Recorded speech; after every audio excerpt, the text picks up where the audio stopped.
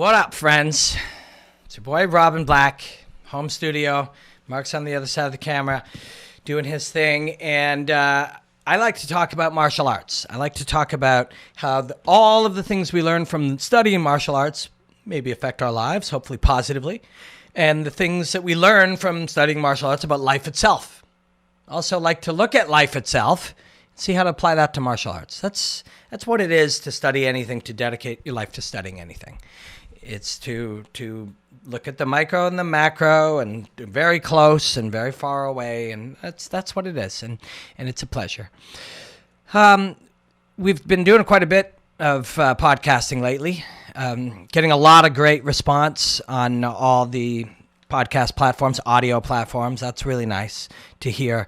I've said this before, but really when I picture you driving in your car or skipping work or chilling or walking or at the gym and you're listening to my ideas, that moves me.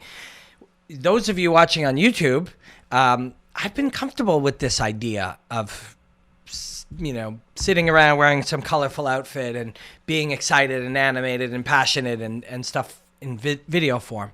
Somehow the idea that it's just your ideas and just your voice, that is a wild one. And we've been doing this for well over a year and a half, and it's only now I've started to really appreciate what an honor that is. So thank you. We enjoy the hostilities number, whatever it is. 7, 8? Number 7. It's number 7. Long form podcast. Mark chops it up into short form ones. I'm holding up a board. I don't know if it's in the right way or not, but often there will be a lot of different topics on it. That's what we want to cover in one day. Today, we're just going to break this bad boy up into 2. And I like that idea today. We've been enjoying 2 to 3 hours, and we're getting great feedback on it. But the idea of just 2 ideas where I can dive in a little deeper, I like that. So number 1, if you're listening, is at Robin or Ask Robin Black. And that is quite straightforward. People ask me questions, and I dig in and do my best to answer them. I'm not looking to just give you a definitive answer. I'm not looking to give you my opinion, although there will be some of that. Sometimes that's inevitable. I'm not looking to speculate as best I can, although there'll always be some of that, but that's not the goal. What I'm looking for, what I'm hoping that people get, is watching a process. Or maybe we find an answer. Maybe we find a new question, but the process itself is part of the fun. And that the process of digging and asking and answering and re-asking and looking at it a different way, that there's value in that. And I hope, and I've got lots of feedback that there is, and I hope that there is.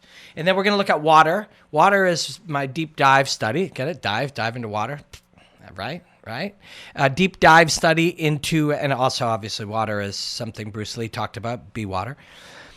It is a deep dive study into martial arts topically, and I have looked at this in an episode of Water, but we're going to do it again in a deeper form, or at least in a different perspective, and that is to look at what are rules in combat.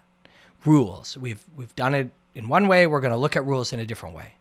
Rules, structure, outline, laws of fighting, and we'll do it partly as it connects to a combat sport, because there are a lot of rules in sports, and then we'll do it in a more general way. And of course, in a recent fight, I don't know if you happen to have heard, but Conor McGregor fought Khabib Nurmagomedov, and Khabib Nurmagomedov won that fight handily.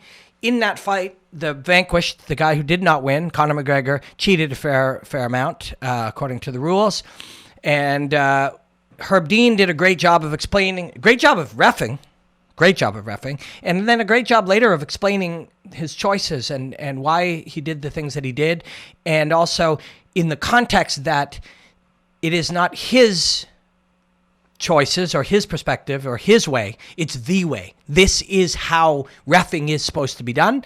I think Big John and the other top refs agree. This was not Herb saying, I chose to do this. This is Herb saying, this is what our interpretation of the rules is, and it's pretty universally agreed upon. Herb did an amazing job. Very quickly, before we break into these questions and before we get to it later, Herb's key job was that Khabib, the winner, was not in any way affected by Conor's nonsense. and that Khabib was not particularly in any way negatively affected. The winner should win, regardless of what cheating took place. The winner should win, and the winner won. So we'll get to that later. But thank you all for joining me. We've been growing quickly. We go through different spurts. People are consuming fighting at different times, and people connect to us in different ways. And we have, some amazing people that have, stay connected almost every day on Twitter and Instagram and YouTube. And that's really special to me. And you are who this is always for. Always. And it always will be. What we'll be doing here today and every day is for you, the people that are deeply connected to these ideas and that are traveling with me through the journey of discovery. This is not going to ever be for somebody who pops up and says, I think you should do more of this or less of that if you want more followers. I don't give a fuck about followers. I had 6,000 Instagram followers a year ago, and then I had 12, and then I had 20, and then I had 25, and then I have 35. So fuck you, I'm probably doing something right. What I'm not interested in doing is being like everybody else. I don't like the way everybody else does it. I like I believe imitation is the lowest form of doing the job, and I think innovation is the highest. And to innovate is to fail, and to fail miserably, and to fail often, and to sometimes get it wrong, and sometimes be embarrassed, and sometimes do a terrible job. But in the long run, you will accomplish more things. And also in the long run, failure and setbacks and embarrassment is very valuable for us. So that's what we do. But let's get to it. We will start with Ask Robin Black today. Mark will have this labeled with a number. Ask Robin Black could easily be number 25 by now. I don't know. Mark will know. It'll say it on the thing.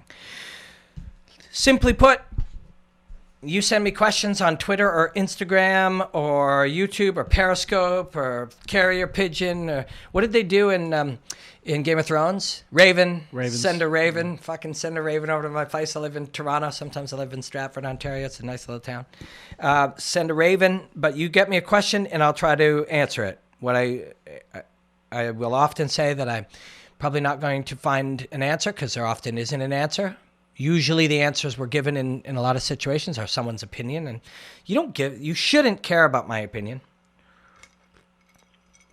or anybody else's opinion. I didn't get to watch all of Kavanaugh on Rogan. I saw little clips, but those are two very good people, very good men, very good humans.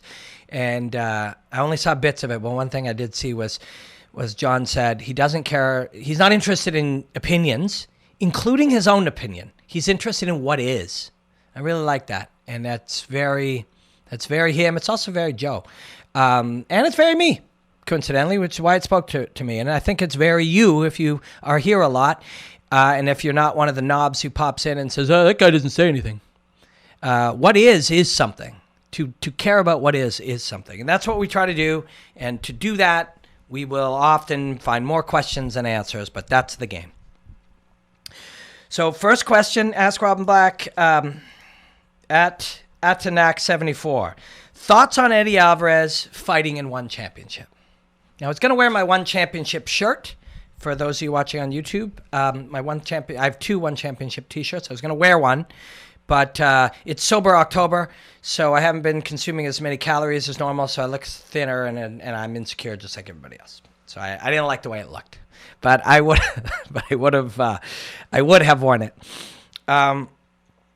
But I'll tell you this, this is a brilliant fit. This is a brilliant fit, and this is a very good thing for martial arts. I'm going to add another question here before we dig deeper, and that is at Nindi Sidhu. Do you see more fighters moving away from UFC given the WWE antics and promotion? Now,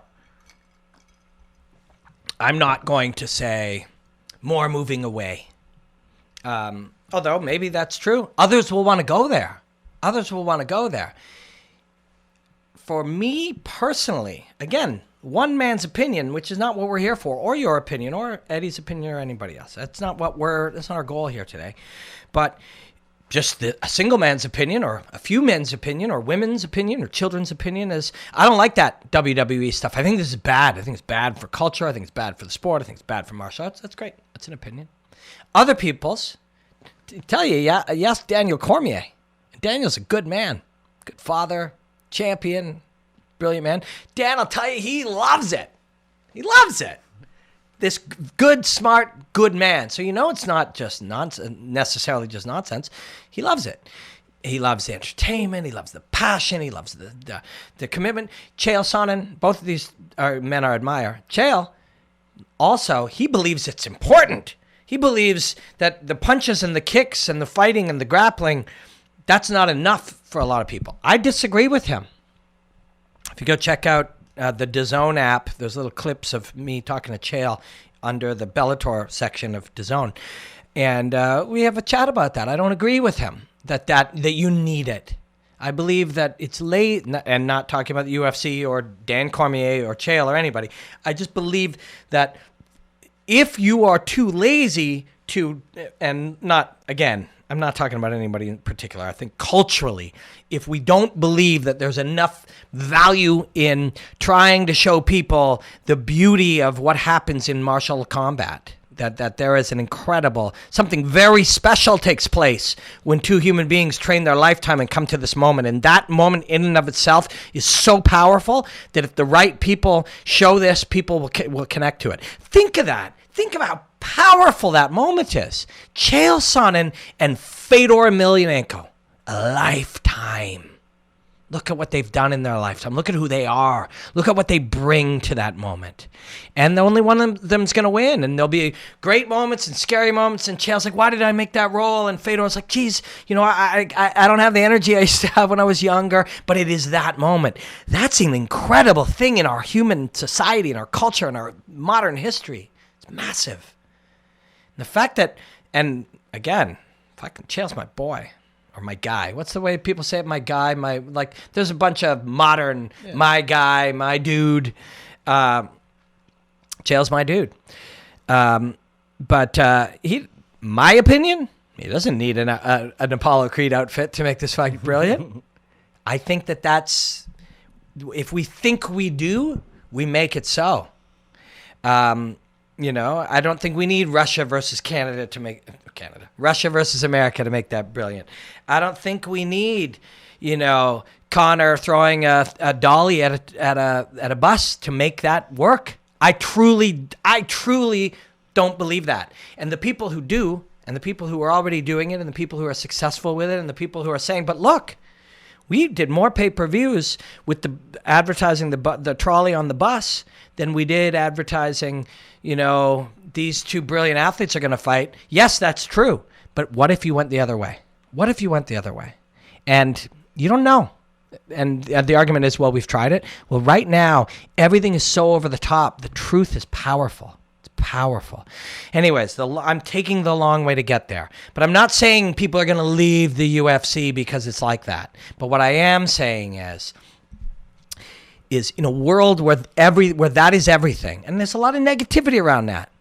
You look on Twitter, Khabib fans, Conor fans, a lot of hatred. Is hatred the right word? It's certainly angry emotion. It's certainly negativity. No doubt about that. Mark, negativity? Yeah, negativity. And, some of the response, I talked as impartially as humanly possible because I put myself into as truly impartial as I could possibly be while appreciating Khabib and Conor. And I think last week I talked about it, and I had responses or messages sent to me, two different ones. One saying that I was biased too much, saying way too biased about Khabib, and why don't I support Conor the way that I should as somebody who appreciates him? I was like, what are you talking about? And then somebody else sent me a message saying, I talked way too much about Conor and I didn't give Khabib the credit. It's like, there's no way both those things can be true. And what's true is the perspective, the angry, passionate, negative perspective of you are dead and we are alive, or you are the enemy. All of this is a lot of negativity around that. And it's working. Of course it's working. 2 million pay-per-views or whatever, trolleys, buses, over the fence. That's not great stuff. It's not.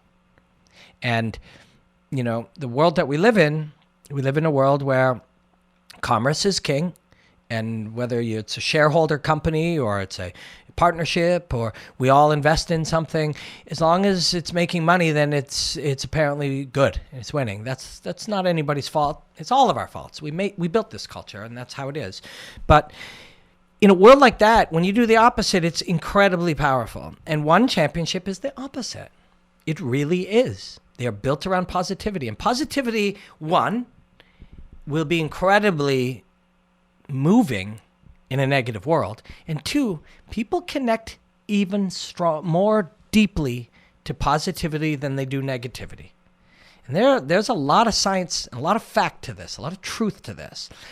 The easy way to get people to watch your news channel or your fighting league or whatever it is to get them outraged, angry, scared, negative. That's the easy way. The slightly harder way is to get them connected, passionate, loving, trying to positively influence the world around them. Much harder, but they connect much deeper. And it's not just, hey man, one championship is this very positivity-driven company, and I'm not saying the UFC isn't at times. It's a very inspiring nature to a lot of the paths that you see, including the UFC itself, from nothing through that, the build, that million to losing money to the Ultimate Fighter. Like, even its path is one of inspiring. But one championship is what you call a values-based company. It's a values-based company. And I can testify to this personally. I can tell you and again, we're talking about Eddie Alvarez at one, but I really need to connect to you what one championship is, what their identity is. Is it brilliant martial arts fighting in a cage? Yes. Is it an incredible show that is Asia's UFC, as how it's seen in North America? Yeah. Is it, do they have a different route where instead of let's put it on behind a paywall or put it on a television network, it's on a free app that anybody in the world? Yeah. So it's different. They're making different choices, different paths. But it is a company based on values. And I've got the company values here. And I'm telling you, I had 5 interviews with Chatri, the owner, Rich Franklin, and 3 department heads. 5. They didn't just say, hey, come in for a quick interview. They flew me to Singapore to interview 5 people within their company to discuss contributions or working together in some way. And between you and me, at the time we're recording this, 36 hours from now, I have a conversation on the phone. So I'm biased. Of course I'm biased. But I have a conversation on the phone with Chatri about contributing, taking an analyst role of some kind. Doesn't mean it'll happen. May not fit somehow. Something might not fit. Timing might not be right. But when I tell you this, I've also gone and done work with, this last couple of years has been me sampling to see what's out there. I'm dedicated my life to the study of martial arts and to try to grow with something larger than myself and to contribute something meaningful to the sport. And so I've got to sample great shows like, Brave CF in the Middle East and in Russia. I've got to go to Russia and work and contribute over in Russia, and I've got to go to Asia, and I've been to South America, and I've done medium-sized shows, and I've contributed stuff for Bellator, and I've got to sample these companies. I'm not talking to Chatri because this is the job that's coming in. I'm talking to him because this is the one that after sampling these ones is like, I want to be a part of this. And a big one, just like Eddie. And of course, they paid Eddie a lot of money. And that's going to be a part of it. But I'll tell you what will impress an Eddie Alvarez is he's been the UFC champion. He's been Bellator champion. He's been Dream champion. What else we got in that list? There's others. And he's still at a point in his martial arts career, a one championship one. He's got a nice spot in the mantle for it. But it's also, at this point, he's made the money. He's going to make some money for this travel, but you get to be a part of something meaningful. I love my job analyzing and commentating and discussing the UFC on television. I love that job. There's brilliant fights and there's amazing martial artists, but there is all this other stuff that happens. And I do my job to the best of my ability. What else we got? Anything? Bodog welterweight champion. Bodog welterweight Two-time champion. Bellator champion. 2-time Bellator champion. That's true. He's done it all. He's one of the greats ever. He was one of the greats ever before he ever went to the UFC. I named a fucking scale after him. A scale that at the top end, it's about heart and drive and who you are. and it's named after Eddie Alvarez. So at this stage, a guy like Eddie Alvarez and potentially a guy like me, I still have all these other, I contribute to DAZN and UFC work and all of these other things, but this is the one that, and Brave, wonderful show in the Middle East, but this is the one that attracts my attention, where you look and you go, they're a $1 billion company in 1 billion homes. They're massive. And if you're a guy like Eddie Alvarez, you can be part of that. But they're also, you get the feeling that the direction they're going, giving everything away. It's like, hey, audience, you want the fights? They're free. Here's a free app. All our fights free. That's modern. And to build your business around your morals and your values, that's something that takes you in a different direction in a world where it's getting a little darker and a little more outlandish and a little more performance art based and a little more controversial. And I'm not judging that. I'm really not. There are people to whom that's so exciting.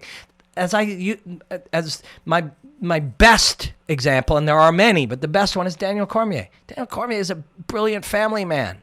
He just loves that kind of entertainment. He loves it, and he's not wrong. It's different for different people. But I love the martial arts.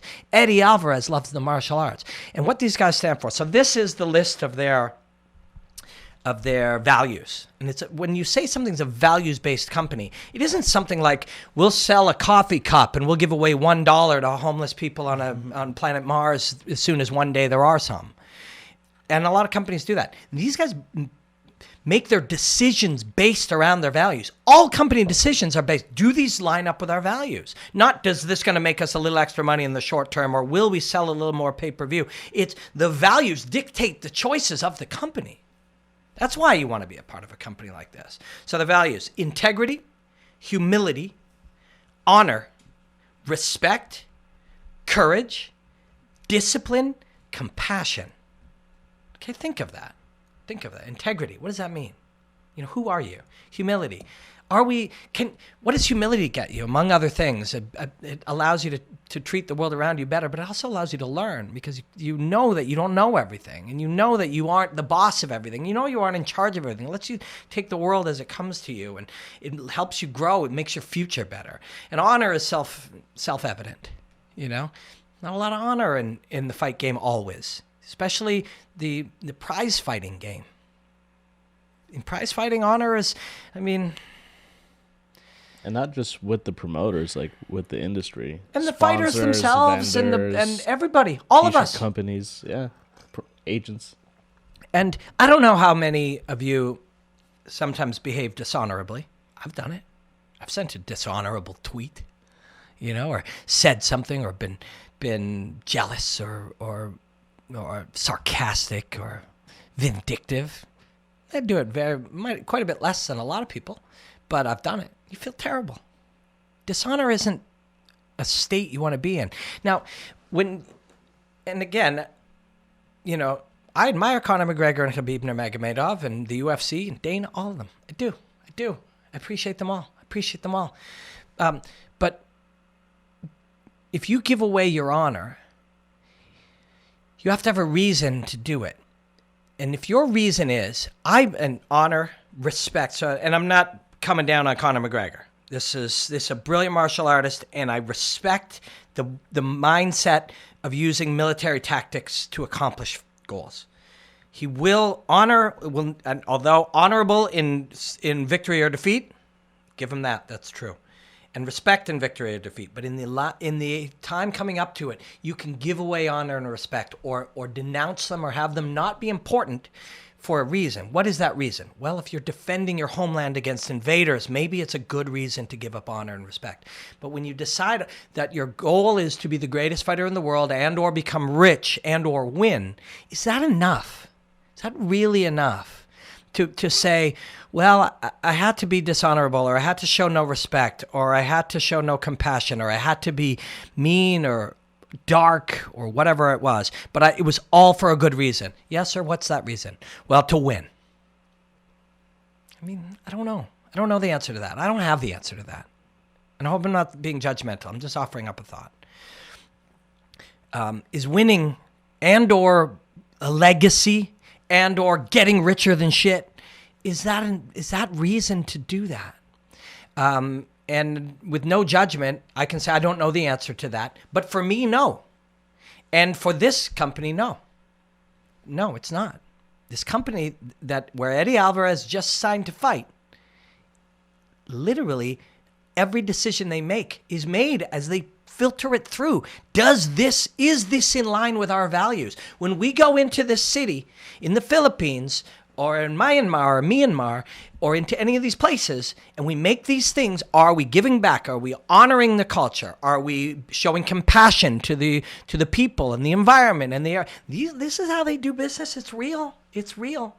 And they do it because it's the right thing. But I'll tell you, as an observer, as you watch the world around you change, running your company this way, and this isn't just this company. You have companies. Many of you have companies. You might sell coffee cups or have YouTube channels about fighting. I don't know.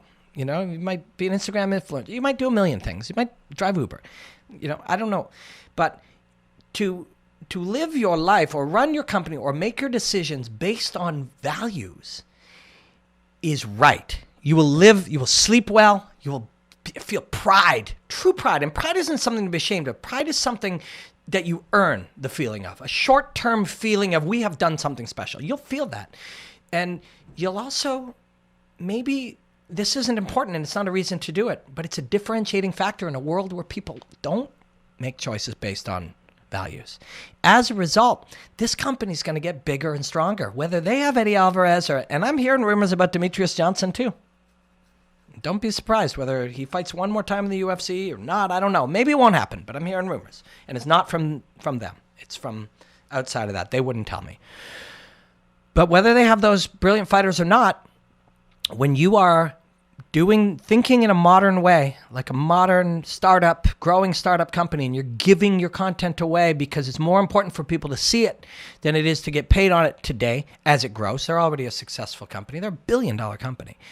That's correct. And when you're doing things based on values in a world where, that isn't done very often anymore, you differentiate yourself. And all of a sudden, you can see massive growth. But more importantly, and back to your original question, I know we've got to be 45 minutes in. If you know me, this is what I do. You can attract Eddie Alvarez now. You can attract Demetrius Johnson if that happens now. You can attract a great analyst who would dedicate his life to your work now. You can do that. And with that will come an audience who feels some kind of difference, an audience who wants to see Eddie Alvarez's fight, an audience who says, really, I can watch this for free on my app? Okay, cool. All of a sudden, all of these things start to snowball, and Eddie Alvarez is a big piece of that. So I've been talking about it from the point of view of this company that I admire, and that, as I said, of all of the ones I've seen, one that I'm leaning towards, and I haven't made any kind of decision at the time of recording this. I have a conversation in a day and a half, and I'll probably end up still being a freelancer, just adding them as a client, and I'll admire them, and I add them to my other list of brilliant martial arts companies that I work for and I'm proud to work for. But they're one where I could see myself in 5 years trying to be a part of that company, because think of where it'll go then. What if you keep growing? What if you keep establishing yourself as being true, passionate martial arts lovers, bringing the beauty and the culture of martial arts to all of these areas in Asia until you get bigger and bigger and more influential and more positive? Then it's really easy to start moving into more of the English-speaking languages, even though their primary broadcast is in English. Then it's easy to attract an Eddie Alvarez. Then it's easy to attract a Demetrius Johnson. Then other people in your gym go, hey, what about one championship? And people start going, well, yeah, it's a 25-hour flight to my fights, but my God, I've never been treated better, and there's so much positivity, and and it just snowballs. So for the fit is brilliant. Is there a downside? Is there anything maybe not quite perfect yet? The answer to that is, how many great fights are there right now for Eddie Alvarez? One, for Eddie, go be a part of something, change his perspective. He's a positive, happy family man fighting in Asia who's done that before and felt the love of Asian cultures who love fighting. He can fight Shinya Aoki for the third time, right, Mark? I mean, they have one apiece, right? So that makes sense. And then at some point, you got these young guys like the Situation Win, who's a 45 and 55-pound champ. Don't assume he can't fight with Eddie. Don't assume that, Although now Eddie also, add another thing to it. this company continues to find ways to solve some of the perceived problems. There's no weight cutting there. Eddie will fight at 170 pounds. Yeah, but they'll call that lightweight. Why he went there. Yeah, that'll be a part of it. At his age, I mean, go over there. Up for him to don't cut weight. Enjoy the tail end luxuriously, for sure. Weight cutting wise. Yeah, and he's been a hero in Asia before, and now Michael Chandler just re-signed with Bellator, and Michael's a genius and a great fit for Bellator, and Bellator is doing wonderful things too. But if he didn't, well, now you could attract him, and there'll be others. There'll be 2 or 3 other lightweights who are like, what? You got to fight with Shinya Aoki, Eddie Alvarez, and 2 or 3 other key lightweights, and they're building and building and building, and now more come. And this is a big move for this company, and it's a perfect fit for Eddie, and it's big. Right now, at the time we're recording this, is a couple weeks out from Halloween on 2018. By Halloween 2020, let's check back in here and watch how much this company has grown as a result. And this signing of Eddie Alvarez will be a key turning point in it. The Demetrius Johnson one is a rumor. I don't know what's going on with that. Could be entirely a rumor. He may have 3 more fights on his UFC contract for all I know. But there will be others. And hey, by the time I'm here with you guys, what's this? Enjoy the Hostilities number 7. 7. And if you're watching it or listening to it as Ask Robin Black, it's Ask Robin Black number 24. Well, by the time we do Enjoy the Hostilities number 8, I might be working for them as an analyst too. It looks that way. It's been talked about. I flew over there to discuss it with the idea of moving there and working exclusively for them as a possibility. I think what we're discussing now is something smaller but ongoing, and I'll be proud to add them. I'm proud to work for DAZN and talk about Bellator. There's brilliant fighters over there. I'm proud to work for Brave CF. There's the great show, and that's Asia too, by the way. That Bahrain and all that area of the Middle East and Asia, they're a big Asian company as well. And I'm proud to work talking about, I'll be at UFC 230, is it 230 and 231, talking about the best fighters in the world. But there's something special about what these guys are doing. And I'm a mark for Eddie Alvarez, but I couldn't imagine a better fit than Eddie and one championship. So let's take a couple other Ask Robin Black questions. Thank you for humoring me. Those were some of my thoughts and observations, and they mean a lot to me. I care about martial arts. I care about how the martial arts is consumed and shared and talked about and spoken, and how people are exposed to it.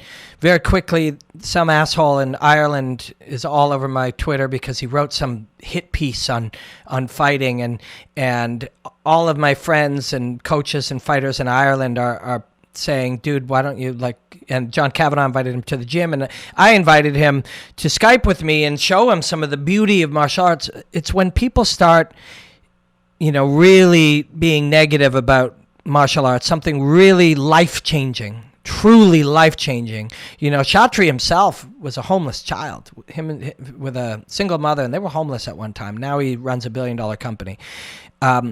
And most of us that study martial arts have been through some type of challenges at different times, or if we haven't, it's because we studied martial arts and it led us the proper way.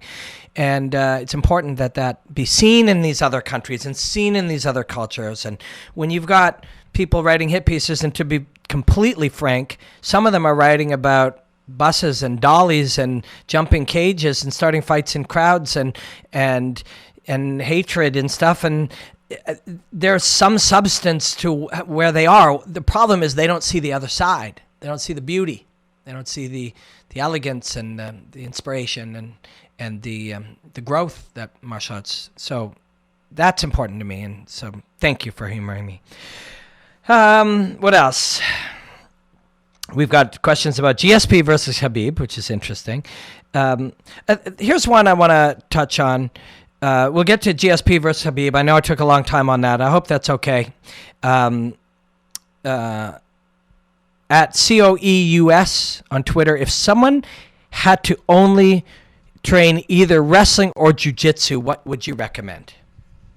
Now, this is a perfect example of how sometimes being asked a good question can lead you to so many other questions. But there's a lot more information required to answer that in any definitive way. And even with more information, you can't really be definitive. But in this context, are we talking about self-defense, or are we talking about a fighter who punches and kicks but would like to compete in a sport that involves grappling? Would it be one or the other? The quick answer to a sport context is really Bruce Lee had the answer.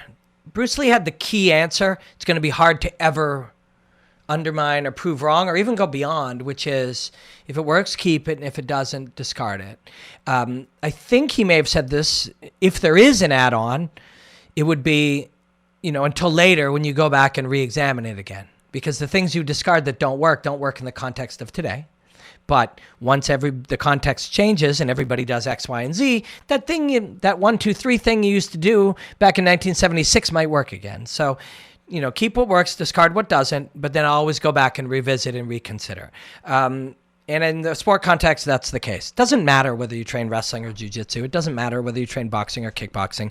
It's already starting to be a dated way to look at it, although if you're starting, you got to start somewhere. So start with karate or Muay Thai or boxing, whatever you want. Just start training. I had the other day, somebody said, if I want to be an MMA fighter, what's the best place to start? Combat Sambo? It's like, Combat Sambo is awesome. But you know what else is a great place to start? A treadmill. Like fitness, sprinting, yoga, anything. Starting to, the destination of, and this was, I don't pick on him at all. I respect, people trying to accomplish things. It's just, he's become such a great example. But CM Punk was like, I want to be a UFC fighter. And that the goal is far too distant. The goal, maybe one day I would love to compete. But then you go to the short-term goals. So that means I must get better every day. That must mean I must learn different types of martial arts. That must mean I must move my body better. I must understand myself better. Those are the short-term goals. I must know myself. I must learn how to improve myself. I must learn how to examine, look for my weaknesses and face them head on and look for my flaws and look for the things that I have done improperly. That's what you want to do. And you'll do that anywhere. You don't have to start. If you want to be a UFC fighter in 11 years, which is how long you should set ahead, maybe it'll be 8 years. Who knows? But you want to settle the goal of wherever you want to end up one day. The first step is start. It isn't spend a lot of time, examining which place to start. Just start. Start. That's it. Because that'll just lead to more like paralysis by analysis. Yeah. Where I started jiu-jitsu. Okay, now you're going to go look up all the jiu-jitsu schools. Now you're going to is this going to further distract you from what you should be doing? That's exactly right. I have some friends and they were talking about how they wanted to start a podcast, and it's about a specific thing that they have expertise in. And they were talking about the meeting they wanted to set up to discuss how to do their podcast. And I'm like, that is the podcast. Like, the podcast is put mics in your face and do this. That's the podcast. If you go click on, if you're listening on podcast and you're so inclined, next time you want to laugh, go to our YouTube channel, or if you're watching on YouTube, and click on videos and go all the way back to number 1. You can't hear nothing. The sound is terrible. I don't know what I'm talking about, but I'm talking about starting. It's like, we don't know what to do. 3 days ago, I had a job. Now I don't have one. I just met Mark an hour ago. Let's start. And no matter what we ever do, I will always be proud of that. I will always be proud of that. That was the correct thing to do. And no matter where we end up getting, and whether or not somebody asks my opinion, I'll say, look at this. It's ridiculous. Like we don't know what we're doing. Look at even how when we went down to Dallas, if we called ahead at the hotel and asked them, we need a space to set up for interviews, that wouldn't have happened. We just showed up and all right, that was our first trip. Shooting here. Right? Yeah. So we didn't even know what to expect going in there. Nope. We did find out the fighter hotel. Yeah. We found out the fighter hotel. That we knew because we were staying there. Yeah, and we booked it. And we stayed there, and then we just went in, and then we set something up, and then we're like, well, I guess we better grab people, and then how are we going to do it? And then there's no Wi-Fi, and you just start and you find answers, and the path of starting and finding answers is the path. That is the path. Figuring out the path isn't the path. Starting the path and then taking forks and learning as you go is the path. And so I always meander all over. I'm doing it more than ever today, but thank you for humoring me. But so if someone had to only do either wrestling or jiu-jitsu, what would you recommend? All of that, what I've just said, was basically saying, don't even ask me this question. Go start a martial art. And if it happens to be Kung Fu and somebody says Kung Fu sucks, don't listen to them. Kung Fu is a beautiful ancient martial art that will get you in shape and get you moving your body and get you connected to the ground and get you connected to your limbs and get you thinking about growth and have you doing repetition and have you learning how wonderful it feels to work and all that stuff. And then you'll suddenly discover, oh my God, because I started with Kung Fu, I did it different. And as I learned more about martial arts, it made me better. Tony Ferguson uses a ton of Kung Fu. It is really, if I had to say what Tony Ferguson fights, Tony Ferguson is a Chinese martial arts fighter. Now, he's come about it a different way, but the thing it looks like most to me is long fist Kung Fu. And I commentated 1,200 performances of Kung Fu at the World Kung Fu Championships in China. So I know that's what it looks like to me. And so just start. And I mean that. And don't think. And, I get greatest compliments I ever get in the world. People send me something on Twitter or Instagram and say, I started martial arts because of you. That is the nicest thing you'll ever say to me. That will mean something to me for the rest of my life because I know how much it'll change your life. So if you want to be a martial artist or you have a dream of one day fighting, that's the answer. But there are many other answers to this question, but I'm going to move it towards as if this was for self-defense in some way, that the question is for self-defense. There are many reasons to train martial arts. I think the biggest one is for growth, self-knowledge, understanding that you are not static, that you change every day, that the way you think changes, the way you act changes, and the way you look changes, and your body changes, and your skills change. And that's always been a real key to life and happiness for me. So I think that's the main reason. Some people do it because they want to get in shape. Some people do it because they want to fight. And some people do it in sport. Some people do it for self-defense. If self-defense is the answer, there's a follow-up question at Saeed_Rasidi. And this came up, we were taking this on Periscope, and it came up without us even asking. Mark mentioned that he had, what did you say? You drove by a Krav Maga school? Yeah, I drove by a Krav Maga school. And then I realized, wait a minute, it is legit. It's a self-defense school. It's Krav Maga's badass. If anybody ever, in any setting, starts telling you that some martial arts is bad, assume that they just don't know, and that they just haven't yet been exposed to some of the larger truths of what it is to train your body and mind. But if it isn't that, then they're just being a jerk, and they're wrong, and they're dead wrong, and they don't understand. All martial arts are brilliant. Even quote, BS martial arts, different Aikido schools that over time, Aikido is a beautiful martial art. I didn't get to talk to Joe about that last time I saw him. I really wanted to. I don't think so. I really wanted to because Aikido is a beautiful martial art. It's just a lot of the times we see Aikido, we see it done in the context of Aikido versus Aikido. And Aikido, one of its basic principles, and its philosophical principle, is a philosophy of non-resistance. Somebody's going to throw you, and I resist hard. It's an answer to judo originally. And I resist really hard, and then he uses that against me, and he trips me. So I just float over and roll, and I go with it. But when I use Aikido, and my partner is using non-resistance, he flips himself through the air. And Aikido with Aikido trains, but it looks absurd, and a guy's flopping all over the place. But if I did it to Mark, he wouldn't go flying through the air, and so we misunderstand it. And of course, it's been like many martial arts. It's been taken by people and used for other reasons, making money and stuff, but that doesn't make the martial art bad. All martial arts are great. All martial arts have a value. All martial arts can help you learn about your body. Yoga, weightlifting, like climbing, it doesn't matter. If you use your body, crawling and throwing, baseball, like if you use your body, it changes the way you connect to it, and it changes the way you interface with the world. So all martial arts are great, but anybody who says, oh no, that one's good or that one's bad or that would never work in a fight, they don't understand what martial combat is. They're also too deeply attached to the doctrines of each style. I've said this many times, and I know it's esoteric in some ways, but there's no such thing as karate or kung fu or any of these things. They're just doctrines. Do this, don't do that, do this. Some of them are only hundreds of years old.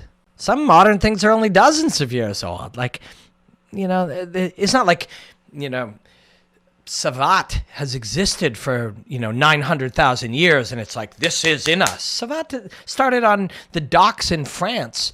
When the navies would come in and they were bored and they had contests to see who could fight better, but they didn't want to bust up their hands and faces, so they just kicked each other.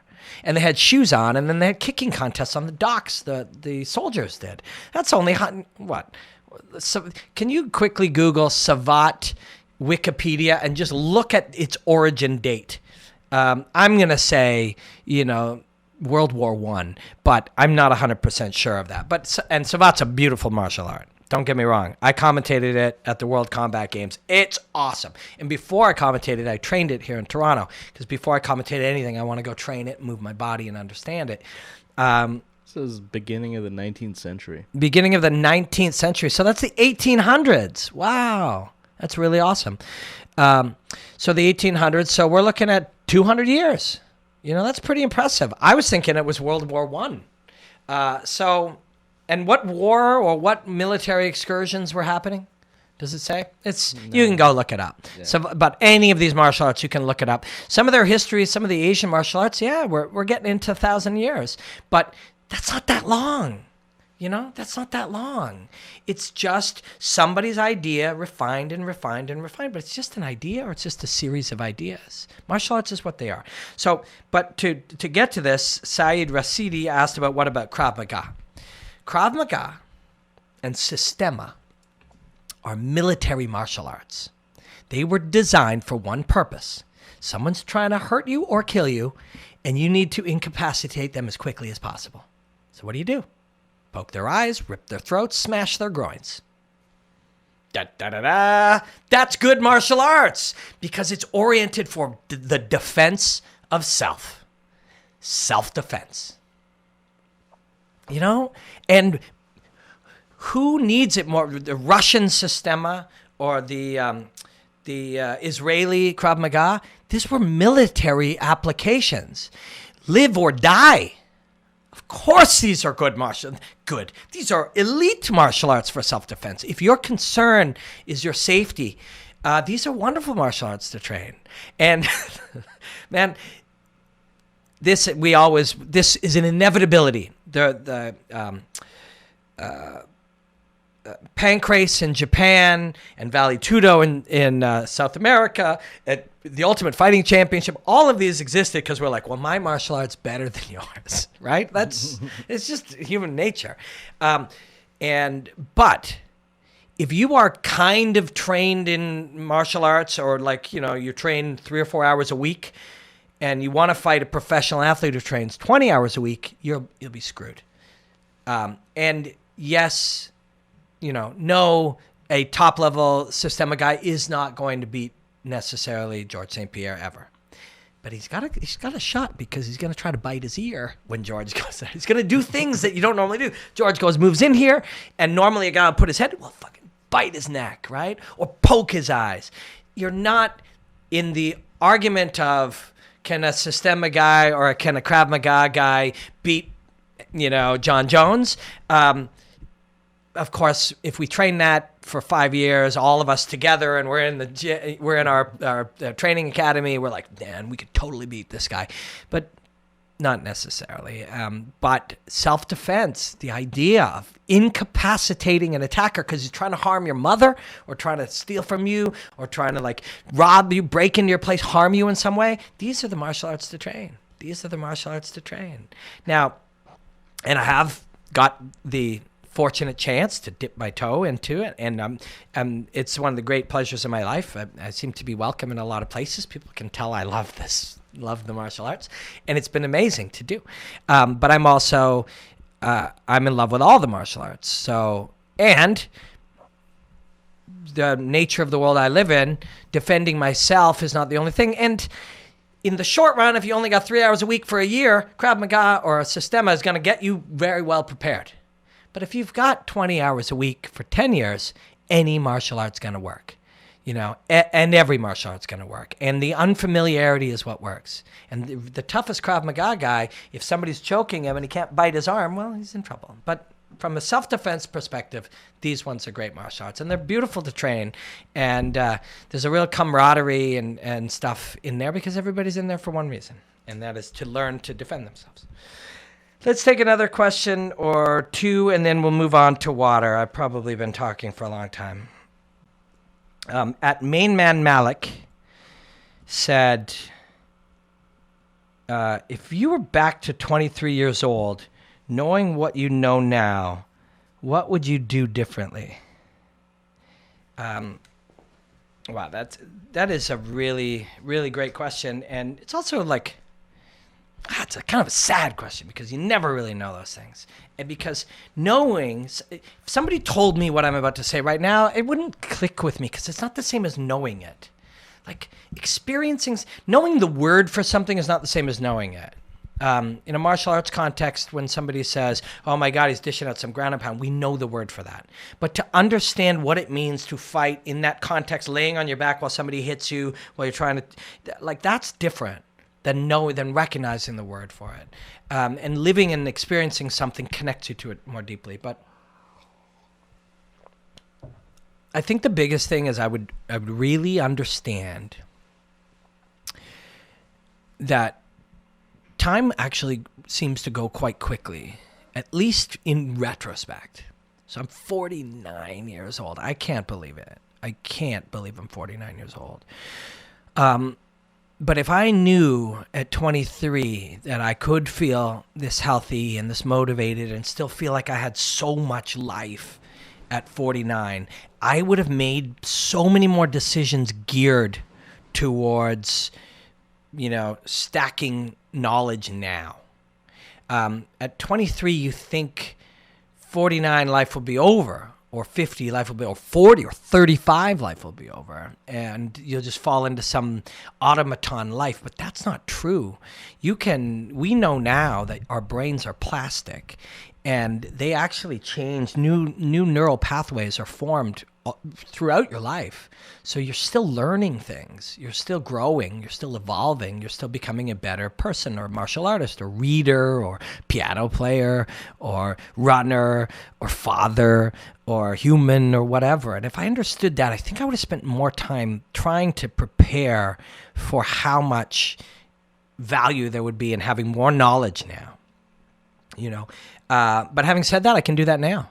I can look and go, well, what if by 69 I've consumed so much more knowledge? I understand the world in a different way, or I interface with the world in a different way, or, you can be 70 and be a great painter by 74. I think that's the biggest thing to understand at 23 is how much you can accomplish if you just give up a little bit of Netflix or give up a little bit of Xbox or give up a little bit of YouTube. Don't give up this. Although actually, if you go and learn something somewhere else, do give it up. But that you can actually become more than you are with just a little bit of work and a little bit of dedicated work and a little bit of, growth on growth on growth. They talk about compound interest. What would you rather have, $1 million today or 1 cent doubled every day for a month? And apparently at the end of that month, you'd have $10 million, 1 cent to 2 cents to 4, and double. And once it starts to double, and you can do that with knowledge and experience and skill. You know, you can do that with skill. I haven't trained a lot because I moved and you know, I've been doing so many different things. I haven't been training as much, but I went to train with my friend Evan Boris, and I was shocked to find how well I was moving. And if I train again the next day, I'm moving a little smoother again. And then the next day, and you're like, geez, like in just 6 days of consistent training, you see improvement. You know, in just 6 days of making your diet better, you see improvement. What if it was 60 days? And that's life, you know. I would definitely, if I knew what I knew now, I would invest more time and effort into figuring out where the future was going and what I could learn to anticipate, to know that in 5 years I would be even more prepared for the world around me. But, you know, as I said, it's still something I can do now and something I try to do. So we only got to a few questions in Ask Robin Black. And, you know, I was about to say I'm sorry, but I'm not sorry. This is what I do. I'm not looking for approval. You know, I have jobs. I have paying jobs. This is what I do to explore ideas and to think out loud and to learn something myself. And the fact that many of you come with me is an incredible privilege, and I'm truly, truly grateful. But I'm doing it for you. I'm not trying to find a way to get 2,000 more clicks or something. And I hope that, and I'm not saying that I'm kind of saying that because I think we should try to really zero in on what we're trying to accomplish in most things. If you're just blindly trying to, you know, get more of something or make a little more money or get a few more clicks, I don't think that's the point. I think the point is growth. And I think the point is figuring out 6 months or a year or 2 years from now, looking back and going, wow, look where we are. Look what that compound interest of learning or skill development has gotten us. And that's definitely what I'm trying to do. So I'm not sorry we only did 3 questions today. This is what I do, and there are those of you who really appreciate it, and I'm going to keep serving you. You're the ones that matter to me, and you're the ones that encourage me to do this, and I learn a lot from it, and it's one of the great gifts of my life. So we will move on to the second part of Enjoy the Hostilities today, which is water, the study of martial arts. Water, the study of martial arts, number like 10 maybe. Could be way wrong. You'll see the number on the YouTube video. Mark will pull it up. But could be 8, could be 10, could be 11. I don't know. But Water, the Study of Martial Arts, has been the deep dive section where we look at one topic as it relates, usually a macro idea, big picture, philosophical or macro or structural aspect of martial arts. And then we dive into it. And what I want to talk about today is structure and rules and laws as it pertains to martial arts, combat sports, etc. And we have examined this before, but I've learned a lot more about it, and I've thought a lot more about it, so I wanted to go into it again. Not only that, there was a lot of talk because just recently, Conor McGregor and Khabib Nurmagomedov fought, and McGregor broke a number of the rules, and people didn't like that. The right guy won. Khabib won, as he should have. And also Herb Dean, the ref, some people, you know, liked it, didn't like it, understood it, didn't understand it. And Herb came out, and actually there's a video. I don't know if he put it on his own. I saw it linked somewhere else. But there's Herb talking about his job, what he was doing, and then the particulars of that. So there's a lot. It's relevant to today and right now. But let's start generally, okay? And we're going to start in a. Before I was going to say we're going to start in a combat sports context, but let's start even before that. Martial arts themselves. The particular styles of martial arts have some rules. You know, in wrestling, you don't punch. Right, Mark? Wrestling, you don't punch in wrestling. That's right.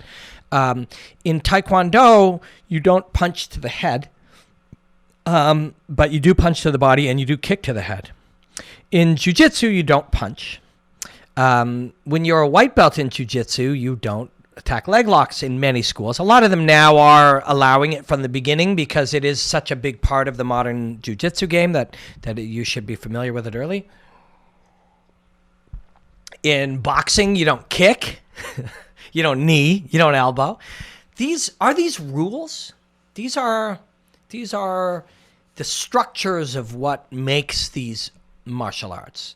Now, if you ask many of the first and second generations and even the third generations of the Gracie family, many of them and many other practitioners of jiu-jitsu, particularly the great practitioners from Brazilian jiu-jitsu from Brazil, they will tell you that everything is jiu-jitsu. Jiu-jitsu, if in real jiu-jitsu, you do punch and you do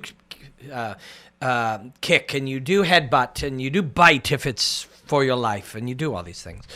But in sport jiu-jitsu, you don't. So you can see where I'm going with this, right? All of these different contexts create rules and structures and guidelines. And in many of these cases, that's where some of the weaknesses are, because it is it's just a belief system, you know? Now, again, I'm not yet talking about combat sports. I'm just talking about the structures of these things. We wrestle. When we wrestle, we do not punch or kick.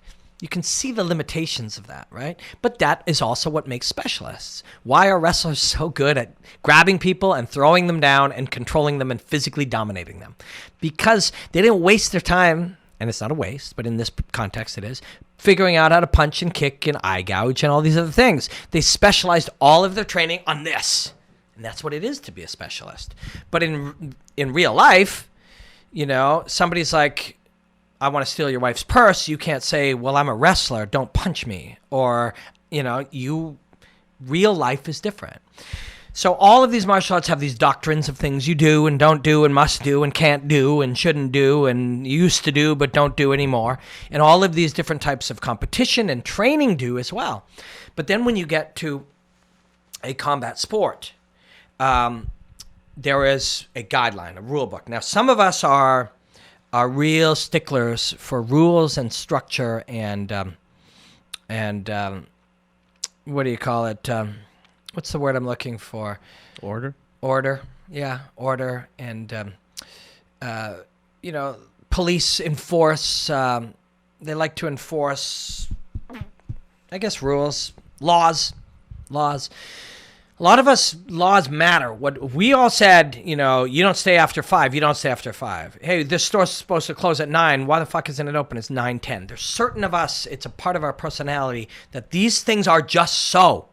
They're just so. And they must be so. And order, you know, Mark used the word order. Order is good because to not have that is to not have order. And we need order, right? So for a lot of us, that's just in us. And then others of us are like, these things are not really real. Or they're to be, winning is so important that cheating or manipulating them or finding a way around them is something to explore. Now, there's a classic Star Trek episode. I think it's like one of the early ones of the movies, and Captain Kirk, and I'm not a Trekkie, so forgive me if I'm you know, messing this up somehow. Captain Kirk has this test that they have to do at the end, and no matter what, when you do this test, it's a computer-run simulation. Everybody dies. Mark, are you familiar with this? No, Mark doesn't watch that shit. When I was a kid, I don't remember. So everybody dies, and your job is to go in, and they say you can't win, and you have to go in and face this program, and you can't win. And the test is to show, you know, how you handle certain failure. And Captain Kirk goes in and he reprograms the computer so he can win. And to him, that is 100% the way to solve this problem. And he gets in trouble because that's cheating. And I ask you to think about that for a second. Somebody created a structure in which you couldn't do what it took to win, and then you found a way around it to win. Is that cheating? And the answer is, it depends on your perspective of it. And I really mean that. You might argue with me and you might say, no, of course it is. That's this. But that's your perspective. And it might be mine most of the time as well. I'm not saying it isn't. I'm just saying for somebody else, they're like, no, this has to be, especially in this simulation where everybody was going to die. The simulation was everybody was going to die and you had to save them. Well, okay, I'll go in and I'll restructure the world around me. Like, I'm not going to accept this. I'm going to find an answer, and you find one. I know that's an extreme analogy, but that's sort of what rules are if your perspective is that in combat sports. Now, let me use another one as best I can, and I hope that this is of some value. And I think we talked about this last week, but I don't know if we did it on the YouTube channel or we did it pre-YouTube channel. But Holly Holm, at the end of 2 different rounds when she fought Germaine Durand-Demi, she got punched in the face well after the bell. Baff, baff. And don't fuck with Holly Holm. It's one of my fighters right there. And, yeah, I'm a big fan. But even as a big fan, even in that context, when we talked about it on Monday, I'm like, that's Holly's fault. People are mad at me, and it's like, I'm not hating on Holly Holm. She was like one of my very favorite fighters. Left-handed, super talented, southpaw. You just cheer for her. Personality doesn't always affect me in my favorite artists, but her personality, you cheer for her somehow. She's obviously beautiful. Like, yeah, it's one of my favorites. And I was still like, that's her fault. People are like, how the fuck can you say that? That woman obviously cheated. It's not her fault the woman cheated. It's her fault she let up and didn't protect herself. She blocked or evaded, 19 out of 20 of those punches. Not those ones. Why? Because she heard the beep, she heard the buzz, and then let herself stop. And that's her fault. That's her flaw. And the analogy we used last week, I think pre-YouTube shoot, was I've only had a driver's license for 10 months because I was an Uber and taxi guy, and I live in downtown Toronto. And when I travel, it's a cab from the airport to wherever we're going. So I've only been driving for 10 months. And I took a training course. And that guy drilled it home. He's like, never, ever assume you're driving up, he's got a red light. Never assume that he's just going to follow the rule. Never assume he's just going to do the right thing. Never assume and just drive along. And if he smashed into me and killed my family or badly injured me or, hurt my wife or wrecked our car, I wouldn't just be like, yeah, but that guy fucked up. Like that guy. My job is to assume that he may do the wrong thing and be prepared for it. That's my job just as a driver. That's my job just in life. That was Holly Holm's job in that fight. There's no question about it. It's every fighter's job in that fight. Every fighter's, particularly in that example. Floyd Mayweather knocked somebody out. Remember that one? Oh, yeah. They're like, something happens, then they say, okay, fight. And he hugs, and then he pops his hand down, and Floyd's like, they said start, 6 seconds, and he fucking floored this guy. I forget who it was. It was one of his last dozen fights, and it was one of his big fights, and I should remember, but if you know me, names is an issue sometimes for me. Protect yourself at all times. Assume that car might run the red light. Don't just assume he's going to do the right thing and then get hit by a car and then later be able to say, he ran a red light. I should be able to assume that and be prepared for it. Holly should have done the same thing. Doesn't mean that Germaine didn't cheat. She did. Doesn't mean we shouldn't judge it. We should. But does Germaine Durand-Demi, the world history will say she was a UFC champion. Correct? Did she win that? Was that for a title? Yeah. Germaine Durand-Demi? Yeah. Yeah. One featherweight, UFC featherweight champion of the world for the rest of her life. That is on her wall. Now, I think she's going to win with whether she lands those or not. But regardless, if you can go through the world and not care. So what was the only repercussions for Germaine Durand-Demi and Conor McGregor? We all got mad. We all got mad. We were like we're outraged. If you don't care about that, then there's literally no repercussions. A lot of people don't care what we think. And you shouldn't care what other people think necessarily. I'm not saying don't cheat. In fact, the longer I go through life, the more I want to do the right thing. The longer I learn, the more I see people and the more I see the world around me, the more I want to do the right thing. And I want to live in a world where we have honor and respect and integrity and all those things. And I want to be in that world, but I'm certainly not going to assume that other people see what I see.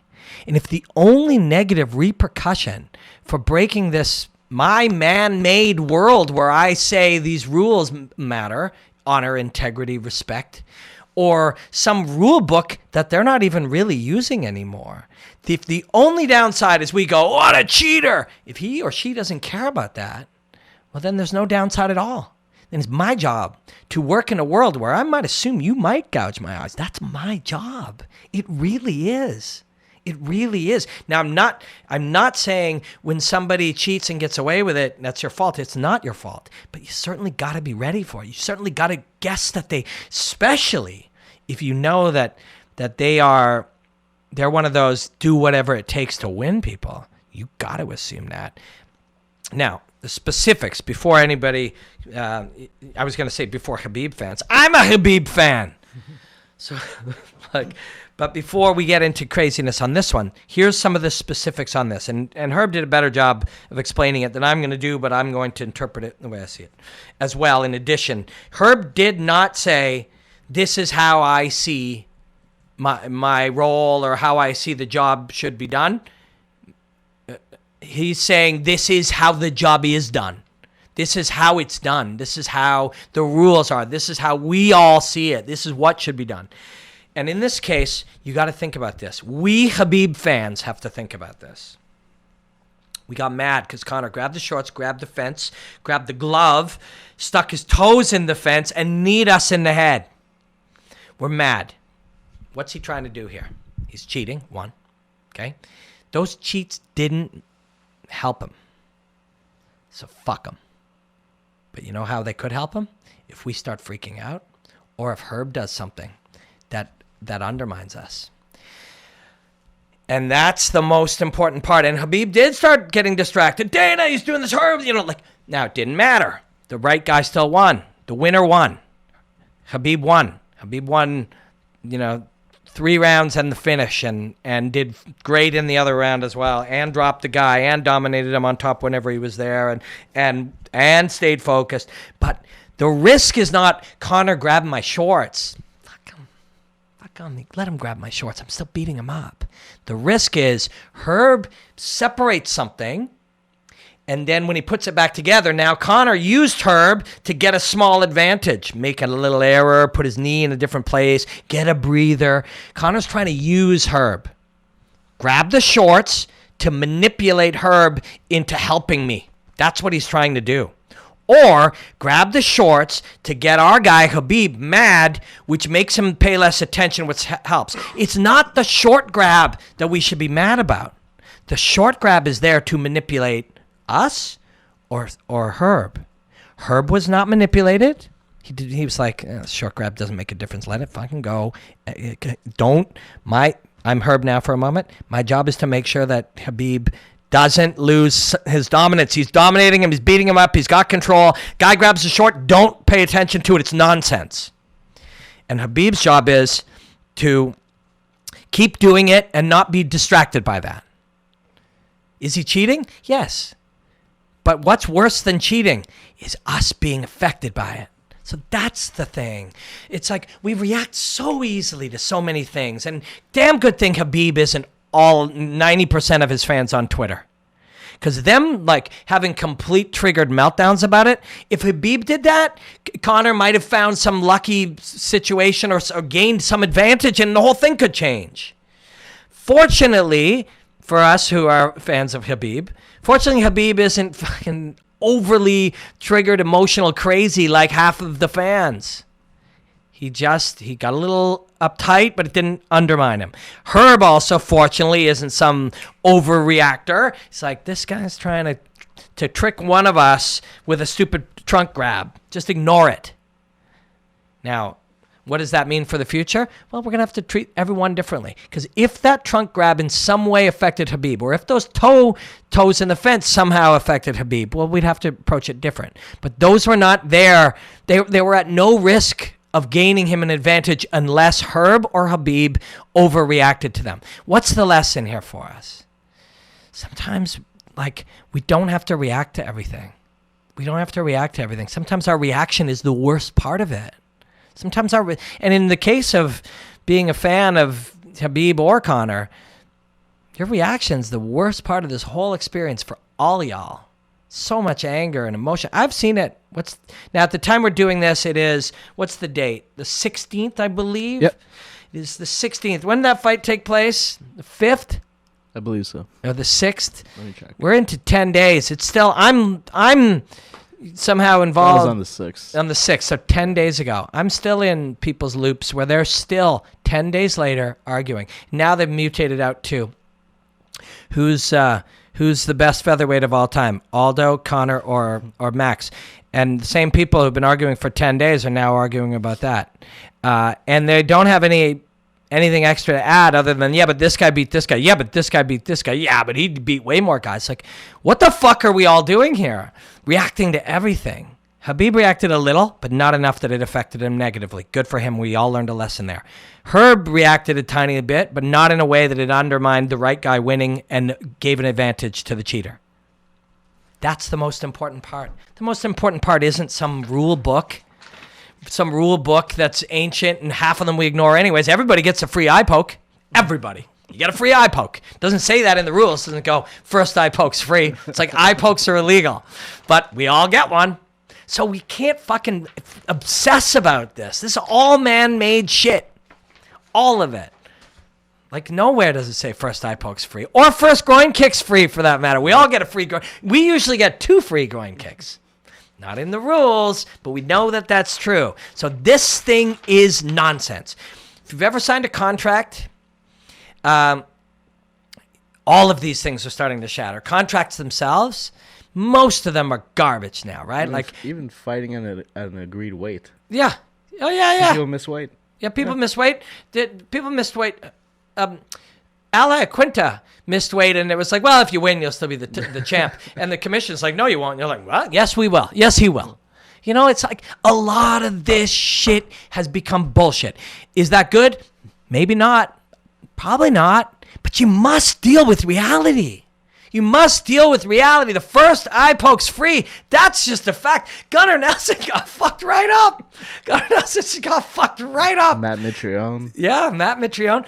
Gunnar Nelson, they've been protesting it, and they're like, look, he couldn't see. Well, I mean, we got video evidence, and it's like, and this thing goes right into there, like right up to there, and is that right? And like, what shocks me, and doesn't shock me, I don't want to judge, but like, I will be surprised how many people will say, but you're endorsing it. I'm not endorsing it, it's just fact. I'm accepting it. Now, you got 2 options. First eye poke's free. That's just the way they've done it. That's how it's happened. We got 2 choices. We got 3 choices. 2 of them are good, and one of them is going to harm us. First one, accept it and work within that truth. Okay? Many ways to do that. One is like, fuck it. And I'm not saying John Jones pokes everyone in the eye for free, but it's certainly possible. There's a guy going, well, if you got a free eye poke, why the fuck wouldn't I use it?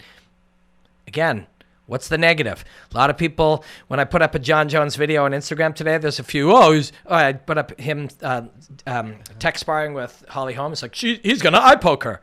If John doesn't give a shit about that, just think of how many fights you could win poking somebody in the eye. We'd give a shit. I'd be embarrassed. I would hate that. I care about how the world sees me, for good or bad. I care. And so do most of us. But if John doesn't, I'm not saying he doesn't. And I'm not saying he does it on purpose. He's got really long fingers. Who knows? But if he does, he's working within the truth. That's the truth. These are truths. You know, first eye poke's free. So we can do one of 3 things. Accept it. Whatever you do with that is up to you. If you poke people in the eye, well, that's not what I'd do, but you can do it. Or 2, you be ready for it. Eye poke could happen. You know, fortunately, this is a B. This is an off part. It's not one of these 3 things I'm going to say. Fortunately, if I get eye poked and the ref doesn't see it, if I do my job good enough, he might call it. That's not in the rule book either. Rule book says ref must see it. Not see you go like this. Ref must see it. Well, they're changing. They're like slacking off on that because they're like, well, you know, I didn't see it, but clearly this guy's got eye poked. Okay. So you learn the reality of it. get eye poked, okay? Try to get the ref's attention, work with one eye, deal with the reality. He's coming at me. Gunner's case, which is unfair, but we live in an unfair world. So second choice, fight this. Make a stand, right? People make a stand for all kinds of stupid shit every day. Stupid shit. You know, like I just saw, have you seen Joe's... the vegan cat. Vegan cat? Vegan cat, right? Just with Joe's fucking... If you haven't seen Joe's special on Netflix, man, it's great. Vegan cat, right? I didn't make it up. Joe did. Actually, he didn't make it up either. He just found it.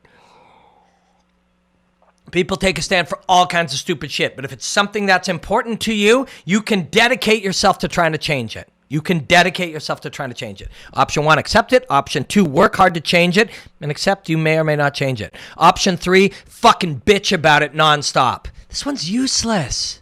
Useless. Damaging to you. Damaging to your life. Distracting. Emotionally draining. That's not fair. Gunnar Nelson got fucked. He did. Got fucked. I'm a Conor Nelson fan. I'm a huge fan. I just love that guy. I've studied his work, and it's just such like I'm a mark for that man's martial arts skills, and he's a cool guy. His dad's cool too. Met his dad a couple times. Very, very kind. He's very kind. His both very smart. What's that? His dad's very smart. smart. Yeah, they're both very smart. I was choked, but what am I gonna bitch about it for months? That's damaging myself. Same thing. You're gonna go on Twitter and freak out because Conor McGregor grabbed shorts. Conor got the shit kicking that he deserved. And hey, you're Conor fans. I appreciate this man's work and art, and I always will. And when I say he deserved, I mean you're cheating and you got beat up, and there it is. But you can't just sit there screaming about it. You must accept it or change it. Accept or change. Either accept or work to change. Either one. Complain is not a thing. Complain is not change. Complain is not action. Complain is not take action. Complain is not try to find a way to influence. Complain is just what losers do. And I rarely say that. And I don't say it to hurt anybody. I say it to make you stop and go, wait a second. I'm not that. I am not that. Robin Black said that's what, and other people said that. I'm not that thing. Is that really what failures or losers or people who don't succeed or don't win, is that really what they do? Because I'm going to stop doing that. I don't mean to hurt anybody. I really don't. I never would want to do that. But you can't sit around complaining. It is one of the most damaging things you can do. It is inaction, disguised as action. You think it's action. You think you're doing something. You think Donald Trump this or the fucking left that. If you're just sitting around complaining, you are fucking wrecking your life. You are wasting your life. Nobody's listening. They don't give a shit. They don't give a shit. Don't do it. Don't do it. Don't. If one person watches or listens to this and says, you're right, wait a second, why do I waste 20 minutes or 14 tweets or the water cooler with my friends? Why am I just bitching? It's not something. It's not. It's self-sabotage. Don't do it. Don't fucking do it. But rules are an agreement that we all make, and every agreement has to be made, and you can't keep your fingers behind your back, and you can't I was just kidding, and don't do that. Be an honorable person. But you better know that when you make that agreement and it's life or death, they might do that. And you might in a certain circumstances. I'll tell you, the best fighters in the world, if they feel they're going down and they're almost done, they'll grab that fence and they're not making a choice. Should I grab the fence and cheat or should I not? It's self-preservation. So that could happen too. You could be fighting the most honorable guy in the world. You're fighting Demetrius Johnson. Who else would we think of when we think of honor? Like, who do we... Damian Maia. You're fighting Damian Maia. Damian Maia, actually, he wouldn't grab the fence. He'd be like, cool, let's go to the ground. But, Damian Maia is getting beat up and Wonder Boy. The only thing... Wonder Boy. Wonder Boy would be praying all day and all night, but if it's the difference of life and death and he's got to grab your glove, Yoel Romero is the soldier of God. That dude grabbed that guy's glove pretty hardcore. Like, they all might do it in certain circumstances. So you must be prepared for that reality. And if we are the supporters and the fans of them, we must have our fighters prepared, and we must accept that. Last thing I'm going to say on this, and then we'll wrap up today. And I know this might take a little bit, but this came up in a conversation as well. I like to have conversations with people in the fight world. I do it every day. Not every day, but I go many days in a row where I'll do it 20 minutes at a time, 5 and 6 times a day, where I'll interact. Sometimes I'm learning things, and sometimes I'm seeing what people think. And somebody was, and they could have been trolling. I mean, not a lot of people hate George St. Pierre, but somebody was talking about how George St. Pierre greased so much that they had to change the rules for him. Would you say, like, created rules saying that there was something about how the amount of grease that could be on your body? Really? I had no idea about that. I don't know that is even true, but let me let you in on a secret here. Let's just say that that a rule had to be structured, made that where you have to sample for grease or whatever. If a rule had to be formed, and I'm not saying it is in this, but in any other case in the future, if a rule has to be formed, it's because it didn't exist. And if it didn't exist, whatever you were doing was not cheating. You owe it to yourself in a situation of life or death or career or future, or like protecting your body and your brain cells. You owe it to yourself to do everything within the realm of what you can do within the rules as you see them. That is what you owe yourself. As a combat sportsman, as a martial artist, as a prize fighter, you owe it to yourself. Every shot you take in the head may have repercussions for you and your family in the future. It's something you should know when you start it, something you should know when you train, and when you lovingly or in whatever way you dedicate your life to this sport, you should know that. But you owe it to yourself to do everything humanly possible to protect yourself from danger, and your opponent owes himself the same thing. If for some reason a rule had to be formed saying, well, now we check and do whatever, that means the rule didn't exist, which means you got to find the edge of it. You take it to the edge. That's what you do. That's what you do to protect yourself. But I'll let you in on a secret. So my first fight, I believe, was 2007. No, it was 2008, because it was 10 years ago this year. Maybe I'm wrong. Maybe it was 2007 or something like that. So 10 years ago. So I was really training full time to learn and understand the sport and live within the world of it and get ready to fight, so that I would be able to do this with my life, 12 years ago. And this was pre, whatever, hey, we're going to check you for the texture and the viscosity of your skin and stuff. I'll tell you, it was normal. I'm not saying I don't know any inside story about what George or Faraz or any of their team ever did. But I'll tell you this.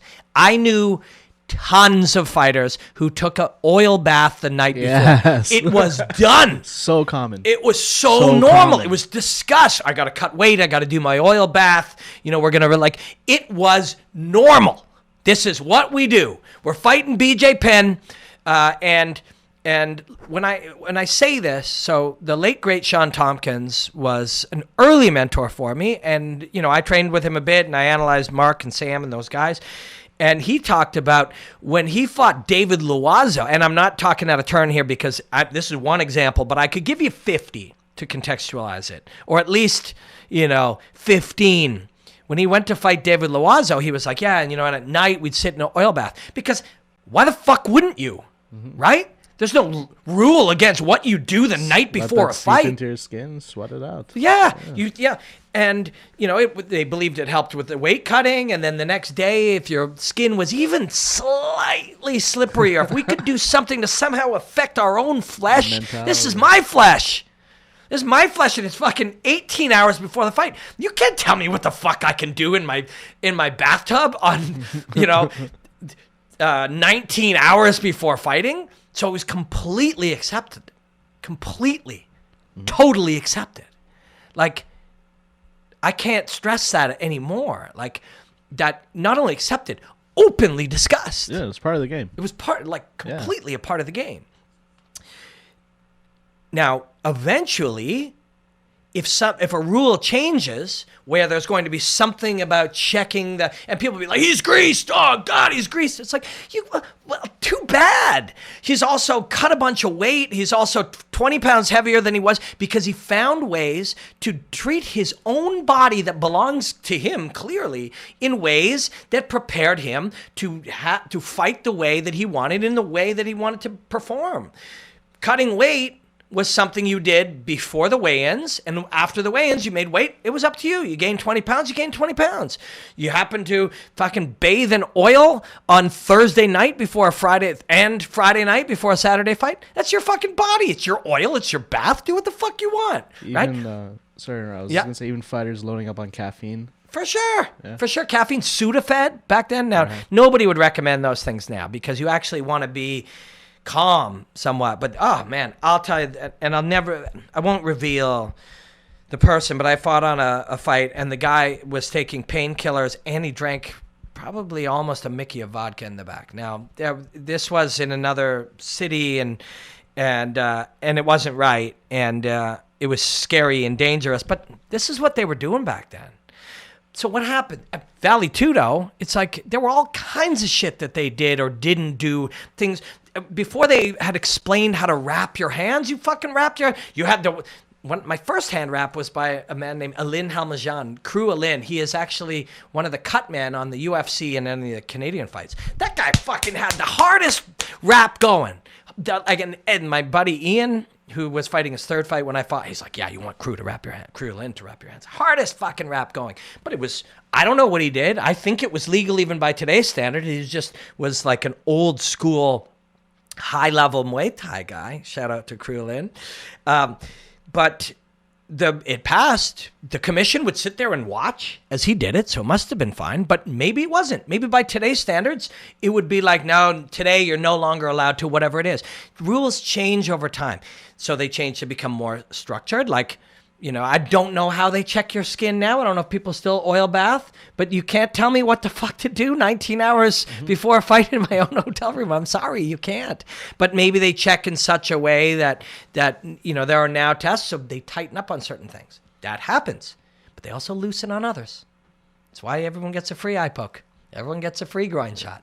Everyone gets a free fucking everything. These things change as the world changes, as the rules at our job change. Once upon a time, you couldn't go on Facebook at work. Try that at almost any job now, right? The rules change. Contracts. Back when I was first working in TV, you signed that contract as a contract. Now, if Brendan Schaub signed a contract with Fox back in the day when they had Fighter and the Kid, right. And he and I touched on this. I had no particulars, but we touched on this when I was on his podcast, maybe whenever the last time was, maybe 18 months ago or something. And I was like, he was talking about having left them, and I don't know if it was them specifically or we're talking in general, but if somebody signed a contract that was, and many contracts back then were unfairly stacked, stacked to whoever you worked for. And to this day, a lot of fighters' contracts are unfairly stacked to the organization.